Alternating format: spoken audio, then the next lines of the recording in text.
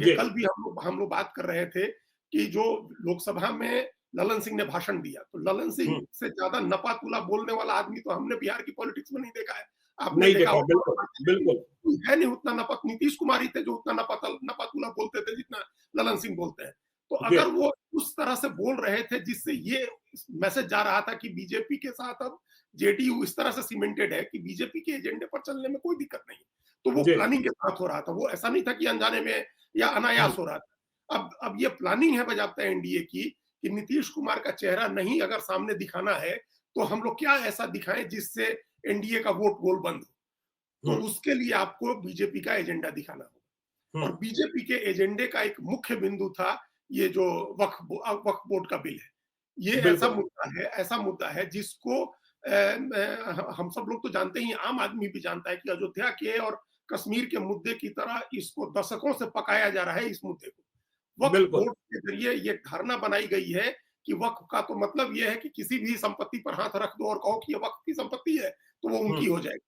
जिसको हुँ, लेकर के उस दिन कहा किरण रिजिजू ने कि हम लोग क्या पता किसी दिन संसद ही इनके वक्फ की हो जाती है, इसी को कह देते, हम लोग इसी पर दावा, संसद पर ही इनका दावा हो जाता। तो हुँ, ये आम हिंदू के मन में एक धारणा बैठी हुई है कि वक्फ जो है वो बहुत गड़बड़ चीज है। बिल्कुल। उसको ठीक किया है बीजेपी ने। तो हुँ, इससे बहुत विभाजन का जो जो हिंदू दंगे-वंगे से घबराता है, हिंसा से घबराता है, सांप्रदायिक एजेंडे से थोड़ा दूर रहता है, उसको भी ये चीज़ अपील कर रही है। क्योंकि हुँ, ऐसे बहुत सारे लोगों की ज़मीन वक़्फ के झंझट में फँसी हुई होगी। बहुत बिल्कुल कॉमन फँसी है। लोगों की बहुत कॉमन लोगों की ज़मीनों पर वक़्फ ने दावा किया हुआ है। जी। तो उनको लग रहा है कि ये प्रशासनिक फैसला है, धार्मिक फैसला नहीं है।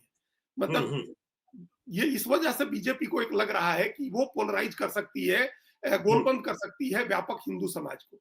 हुँ। ये 15 से आपने कहा ना कि 20 में तो नीतीश कुमार ललन सिंह का भाषण भी बिल्कुल रणनीति का हिस्सा था। बिल्कुल रणनीति का हिस्सा था और जी। उसी रणनीति के तहत हम कह रहे हैं, एकदम दावे के साथ कह रहे हैं कि हुँ, कोई मान मनोबल की कोशिश नहीं होगी। जो इस्तीफा दे रहा है सो बिल्कुल। जाए, जो दे हुँ, दिए सो दे दिए। अभी गुलाम गौस हो करके आए लालू यादव के यहाँ से। अगर वो भी जाना बिल्कुल। चाहें तो चले जा सकते हैं। उनको भी कोई मतलब अब मान मनोबल नहीं करने जा रही गुलाम है। रसूल जेडीयू बलियानी भी तो अब नाराज़ ही हैं, सब लोग नाराज़ हाँ, हैं। सब आदमी नाराज है चूंकि हाँ, तमाम जितने बड़े लोग हैं ज्ञानेश्वर जी, वक्फ के इस कानून से आम मुसलमान को उतनी तकलीफ नहीं है जितनी तकलीफ बड़े लोगों को है। और जी, वो लोग एक एजेंडा सेट कर रहे हैं कि ये मुस्लिम धर्म के ऊपर हमला है। इसका धर्म से बिल्कुल। कोई लेना देना नहीं है। ये पूरा बिल जो जेपीसी में जो बिल गया था, उस बिल को भी हमने बहुत बारीकी से देखा है। जेपीसी में जो 14 सिफारिशें लागू की गई, जो 14 सिफारिशें एनडीए के लोगों ने की थी और जिनको इनकॉर्पोरेट किया गया है, उन 14 सिफारिशों को भी हमने पढ़ा है। जो नया बिल तैयार हुआ है, उसको भी हमने पढ़ा है। इसका धर्म से कोई लेना देना नहीं, जी, कोई लेना देना नहीं है धर्म से। ये एकदम से एक एक ट्रस्ट, जमीन का, भूमि संपत्ति का प्रबंधन करने वाले एक बोर्ड के प्रशासनिक कामकाज को लेकर के कानून बना है, जिसमें बिल्कुल। पारदर्शिता लाने की कोशिश की जा रही हुँ, है। और हुँ, बहुत साफ शब्दों में अमित शाह ने उस दिन लोकसभा में कहा कि अगर 2013 में यूपीए की सरकार ने अगर वो संशोधन करके इस बिल को नया रूप नहीं दिया होता, तो आज ये कानून लाने की जरूरत नहीं होती। देखिए, जी, जो बिल बना ज्ञानेश्वर जी 1950 आजादी के बाद, उसके हुँ, बाद 55 में उसमें चेंज किया जवाहरलाल नेहरू ने। इंदिरा गांधी ने भी नया वक्फ का कानून बनाया। एक सबसे बड़ा चेंज 1995 में पीवी नरसिंह राव की सरकार ने भी किया। लेकिन जो 2013 का बदलाव था वो बहुत ही खराब था।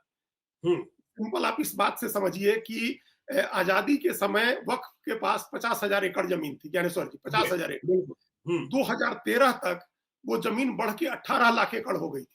हुँ, 2013 में 18 लाख एकड़ और हुँ, 2013 से 2023 तक वो बढ़ के 39 लाख एकड़ जमीन हो गई। हुँ, हुँ, हुँ, 10-11 साल में 21 लाख एकड़ जमीन अतिरिक्त जुड़ गई वक्फ के खाते में। तो इसके हुँ, लिए ये बदलाव करना पड़ा है।